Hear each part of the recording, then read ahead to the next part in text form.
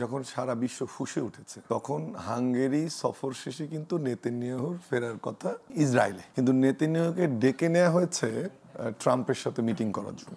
এবং সেখানে সবচেয়ে ভয়ঙ্কর দুটো জিনিস, সেটা হচ্ছে যে ট্রাম্প আজকে রিপিট করছে যে গাজা খালি করতে হবে, আর ইসরায়েল অলরেডি তো 50% এটা যা ধ্বংস করে দিয়েছে।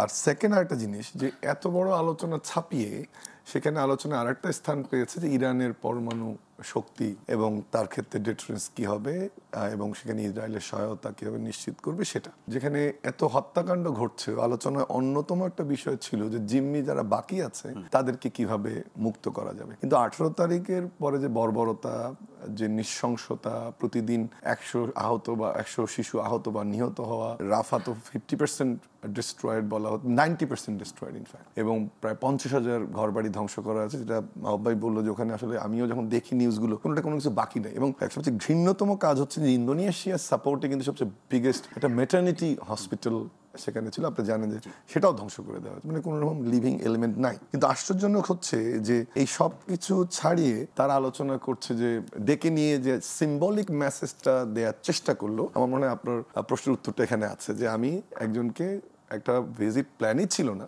সেটা তাকে ডেকে এনে বললাম তোমার সঙ্গে আমি মিটিং করছি, এটা কিন্তু একটা সিম্বলিক মিনিং আছে। আপনি যে আমেরিকার জনসাধারণ বলছেন, আপনি যে সারা বিশ্বের মুসলিম বলছেন, সব দেশে অমুসলিম সব দেশে বিক্ষোভ হচ্ছে, আজকে কিন্তু একটা সিম্বলিক জেস্টার দেওয়া হয়েছে। আরো একটা জিনিস আপনি খেয়াল করেন, যদিও জিনিসটা ঠুনকো বা ছোট, এবং দুইজনের স্যুটের কালার এবং টাইয়ের কালারটা রেড ছিল, আছে ব্লু ব্ল্যাক একটা, এটার মানে হচ্ছে ওটার কিন্তু একটা সিম্বলিক মিনিং আছে। এটা কার্টুন দেখলাম কোন একটা ইন্টারন্যাশনাল পত্রিকা নিয়ে করছে, যে ওটা দ্বারা একটা মিনিং দেওয়া হলো যে রেড টাই সেম কালার এবং এই সময় মিটিং, আমরা কিন্তু একসাথে আছি। এবং কল্পনা করতে পারেন যে সেখানে ইরানের পরমাণু নিয়ে আলোচনা হচ্ছে, যে সে আক্রমণ করবে তাহলে কি হবে। আরব দেশগুলো অলরেডি ডিক্লেয়ার করেছে যে তারা ভূখণ্ড বা আকাশ সীমা ব্যবহার করতে দেবে না। এটা গেলে একটা পার্সপেক্টিভ, যে আসলে এটা এই নিউক্লিয়াস ভাঙা সম্ভব না। যে আমেরিকানদের মুখে বিভিন্ন এনজিও কনসালটেন্ট সারা পৃথিবীতে আমাদেরকে মানবাধিকার শেখায়, আমাদেরকে মত প্রকাশের স্বাধীনতা শেখায়, তাদের ভূমিকা তো এখন প্রশ্নের সম্মুখীন।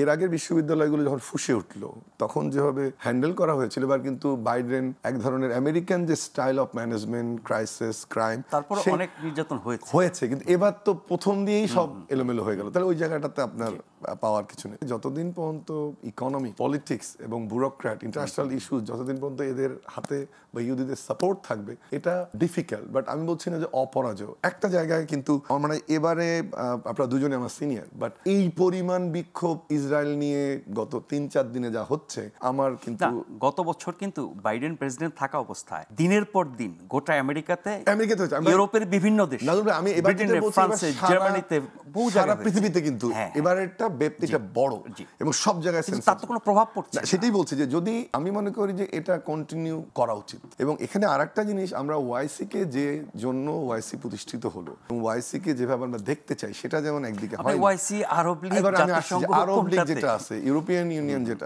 আফ্রিকান মুসলিম লিডারশিপ ইউনিয়ন যেটা আছে, কোনোটা কিন্তু আমাদের ইউনিটিটা নাই। কেন জানেন? ওই যে ভাগ বাটোয়ারা, কেনা বেচাতে আমরা বিক্রি হয়ে যাই। এইটাই বলতেছিলাম যে একটা উত্তর হচ্ছে আমেরিকার জনগণের, আর একটা হচ্ছে মুসলমানদেরকে যতদিন কিনে ফেলবে American corporates, American government through ODA, তার মানে মধ্যপ্রাচ্যের শক্তিশালী দেশগুলো যতক্ষণ আমেরিকার লেনদেন থাকবে আন্ডার কারেন্ট, এবং যতদিন আমরা আমেরিকার অর্থনৈতিকভাবে মুখাপেক্ষী থাকবো ততদিন কিন্তু এটার আশা ফিকে।